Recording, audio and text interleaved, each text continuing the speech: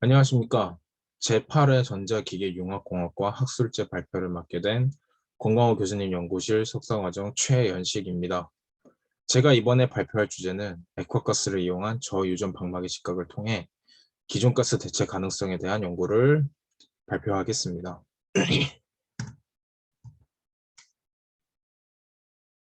목차는 다음과 같이 구성을 하였습니다. 먼저 인트로덕션에 대해서 말씀드리도록 하겠습니다. 세상이 발전함에 따라서 그리고 4차 산업혁명이 시작됨에 따라 더 많은 용량의 메모리를 요구를 하게 되고 더 나아가 더 높은 응답 속도와 낮은 전력 소모를 요구를 하고 있습니다. 아래 그림은 향후 10년 동안의 메모리 기술 로드맵으로서 DRAM과 NAND의 스펙 향상을 보여주고 있습니다. 보시다시피 DRAM 같은 경우는 17에서 19나노 그리고 14에서 16나노 더 나아가 12나노까지를 요구하고 있는 상태고 낸드 같은 경우는 적중형 구조로서 2D가 아닌 3D 구조로 넘어감에 따라 64 레이어, 96 레이어, 그리고 128 레이어까지도 요구를 하고 있는 상황입니다.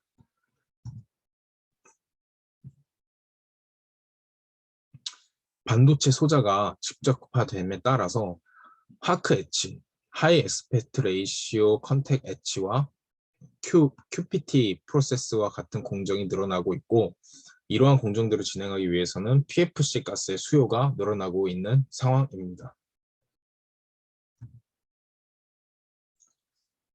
이러한 PFC 가스들은 SY, 즉 실리콘과 높은 화학 반응성을 가지며 패턴에 형성된 FC 폴리머층에 의해 이방성 엣지 프로파일을 얻을 수 있기 때문에 주로 에칭 가스로서 사용이 됩니다. 하지만 문제는 PFC 가스는 화학적으로 굉장히 안정된 가스인데 반해서 굉장히 높은 GWP 값을 갖고 있기 때문에 이러한 높은 GWP 가스는 기후 변화를 초래할 수 있기 때문에 문제가 되는 상황입니다. 오른쪽 아래를 보시면 알 수 있듯이 각 PFC 가스의 GWP 값이 나와 있습니다.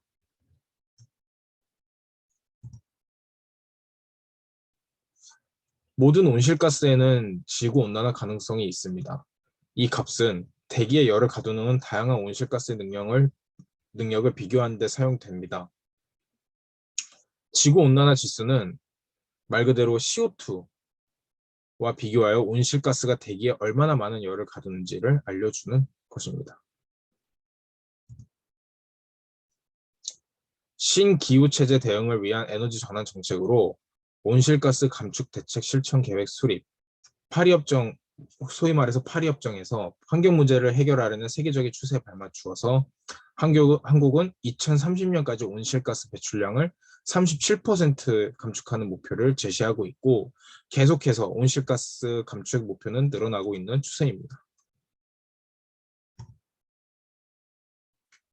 해당 연구의 목적에 대해서 말씀드리겠습니다.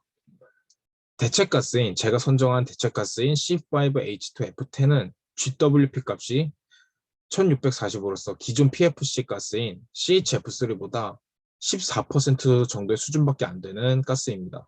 한마디로 GWP 값이 매우 낮은 가스로서 이 해당 가스는 이제 액화가스로서 존재를 하기 때문에 가스를 사용한 뒤에 배출을 하는 것이 아닌 다시 회수를 해서 재사용할 수 있다는 장점 또한 가지고 있습니다. 이는 C5H2F10 가스가 환경 문제를 극복할 수 있는 좋은 후보임을 나타내고 있다는 것입니다. 이러한 대체가스와 기존 가스의 식각 메커니즘을 비교해서 실제 반도체 산업에 적용이 가능한지에 대한 연구를 진행을 하였습니다. 실험에 대해서 말씀을 드리도록 하겠습니다. 실험 장비에 대해서 말씀드리도록 하겠습니다. 먼저 플라즈마 에칭 장비로서는 ICP, Inductively Coupled Plasma라는 애처를 사용을 하였고요. 플라즈마 식각을 한 뒤에 플라즈마에 대한 진단을 진행을 하기 위해서 DLP와 OES를 사용을 하였습니다. 더 나아가 식각을 진행한 뒤 식각 프로파일을 확인을 하기 위해서 샘을 통해서 식각 단면을 확인을 하였고 식각 이후에 해당 타겟 표면에 어떠한 물질의 반응이 일어나는지를 파악을 하기 위해서 XPS라는 장비, 나노팹에 의뢰를 해서 XPS라는 장비를 사용해서 서피스 애널리시스를 진행을 하였습니다. 왼쪽은 ICP 장비의 모식도와 그 아래는 저희 연구실, 실험실에 있는 장비들에 대한 실제 사진을 찍었습니다. 그 오른쪽 아래는 프로세스 컨디션, 공정 조건으로서 어떠한 조건으로 실험을 진행을 했는가에 대해서 명시하였습니다.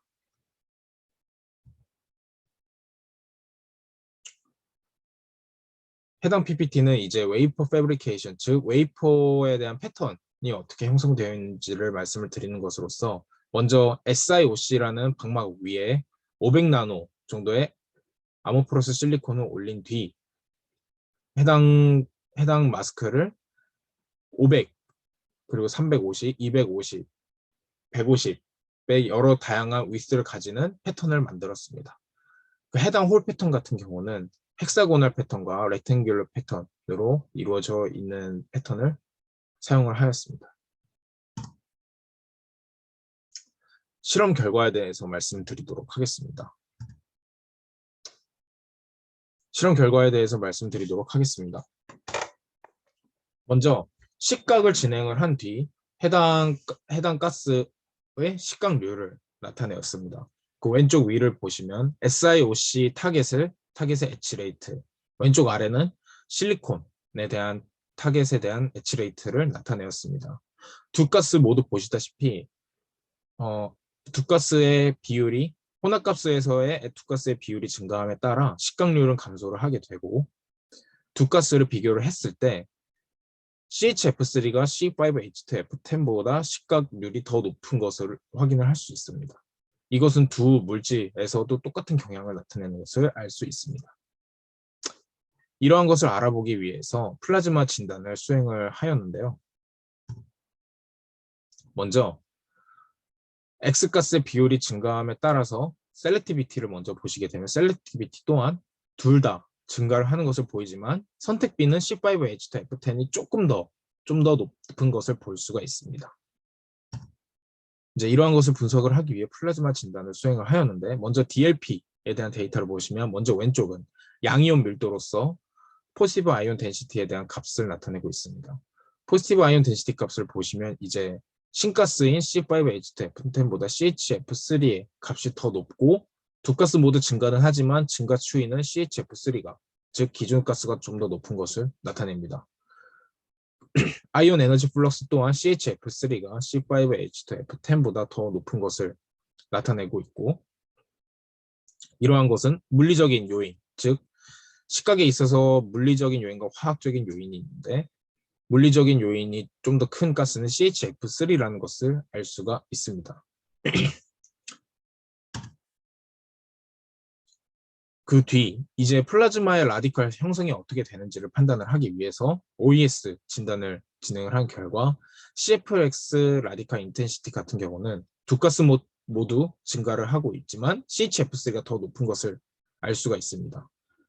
이 얘기인 즉슨 폴리머 생성에 기인하는 라디칼 중인 CFX 라디칼이 좀 더 CHF3가 높다는 것을 알 수 있고, 이와 반대로 F 라디칼 인텐시티, 즉 식각이 기여하는 F 라디칼 인텐시티는 인텐시티 또한 CHF3가 높은 것을 알 수가 있습니다. 하지만 두 가스, 폴리머에 기인한 CFX 라디칼 인텐시티는 두 가스 모두 증가하고 F 라디칼 인텐시티는 그와 반면에 감소하는 것을 볼 수 있습니다. 이러한 결과로서 알 수 있는 것은 폴리머에 기인하는 정도가 CHF3가 C5H12F10보다 높다라는 것을 알 수 있었습니다.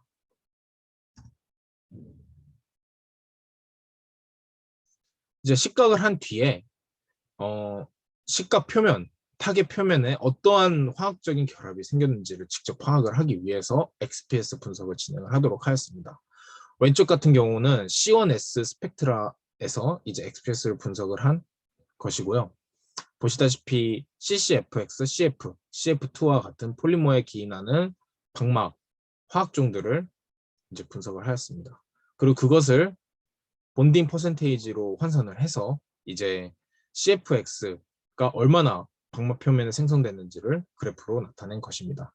이로써 알 수 있다시피 OES 결과와 동일하게 CFX 본딩 퍼센테이지는 CHF3가 신가스인 C5H10보다 더 높은 것을 알 수 있고, 필름 그 방막 표면에 FC 폴리머가 생성이 되었기 때문에 에치 레이트가 감소한다는 것을 알 수 있었습니다.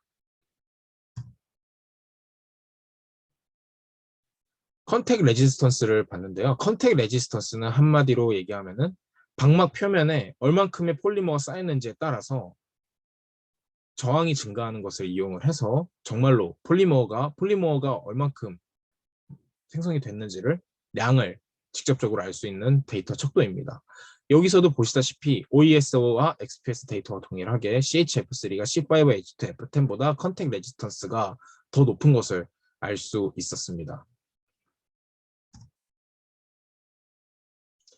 시각에 대한 이제 분석이 끝난 뒤에 이제 결과물인 시각 프로파일에 대해서 진행을 하였는데요. 시각 프로파일을 보시면 CHF3의 시각 프로파일 앵글이 C5H2F10보다 더 낮은 것을 볼 수 있습니다.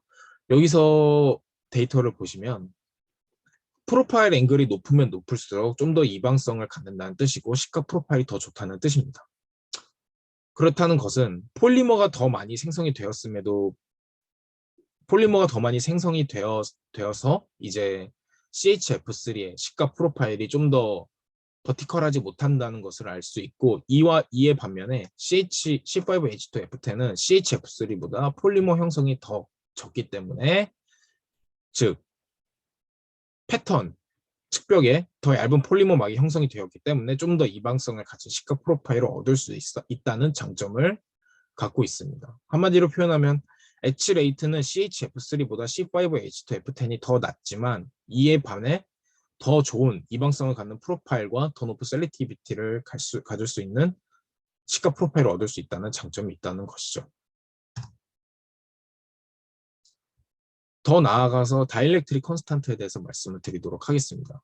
저희가 시각을 한 시각 타겟은 SiOC로서 로우 K 메테리얼입니다.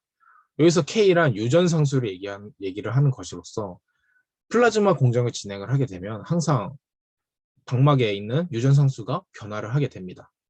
그 유전상수 변화에 기인하는 것은 이온, 즉 방막의 데미지가 강할 경우에 이제 유전상수가 더 많이 변하게 되는데, 앞서 DLP에 대한 결과에서 알 수 있듯이 포지티브 아이온 덴시티, 즉 방막에 데미지를 줄 수 있는 요인인 이온에 대한 덴시티가 CHF3가 더 높다는 것을 증명이라도 하듯이 다이렉트릭 컨스탄트에 대한 증가율과 이제 값이 CHF3가 C5H2F10보다 더 높다는 것을 알 수가 있습니다.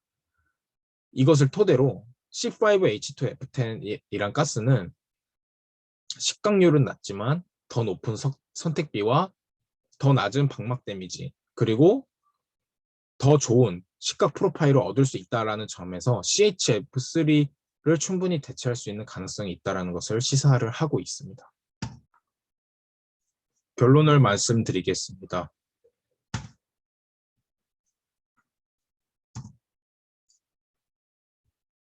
이번 연구에서는 대체가스가 기존의 가스를 대체할 수 있는지, 즉 로우 K 방막을 시각화하는 데 있어서 대체가스가 기존의 가스를 대체할 수 있는지에 대해서 분석을 해보았습니다. X가스의 비율이, 즉 혼합가스에서의 X가스 비율이 100%일 때 SiOC 방막에서의 C5H2F10에 대한 H 레이트는 CHF3보다 64.5% 수준밖에 안 됐습니다.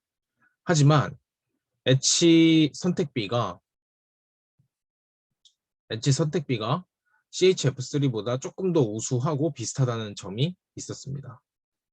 OES 분석에서는 CFX 라디칼 인텐시티가 CHF3가 C5H2F10보다 높다는 것을 알게 되었고, 그것을 XPS와 TLM 분석을 통해서 확인을 할 수 있었습니다. 이에 반면에 샘 이미지에서는 엣지 프로파일이 C5H2F10이 CHF3보다 좀 더 버티컬하다는 것을 알 수 있었고, 이것은 C5H2F10 가스 플라즈마의 더 적은 폴리머 생성이 작용을 하는 것으로 볼 수 있었습니다. 엘립소미터 분석을 통해서 다이렉트릭 콘스탄트를 측정한 결과 C5H2F10 가스 플라즈마를 사용했을 때가 CHF3 가스 플라즈마를 사용했을 때보다 더 다이렉트릭 콘스탄트 증가율이 낮다는 것을 볼 수 있었습니다. 그러므로 C5H2F10 가스가 이후에 CHF3 에칭 가스를 대체할 수 있는 가능성이 있다는 것을 시사를 하는 것을 연구를 하였습니다. 지금까지 저의 연구를 들어주셔서 정말 감사합니다. 이상 최현식이었습니다.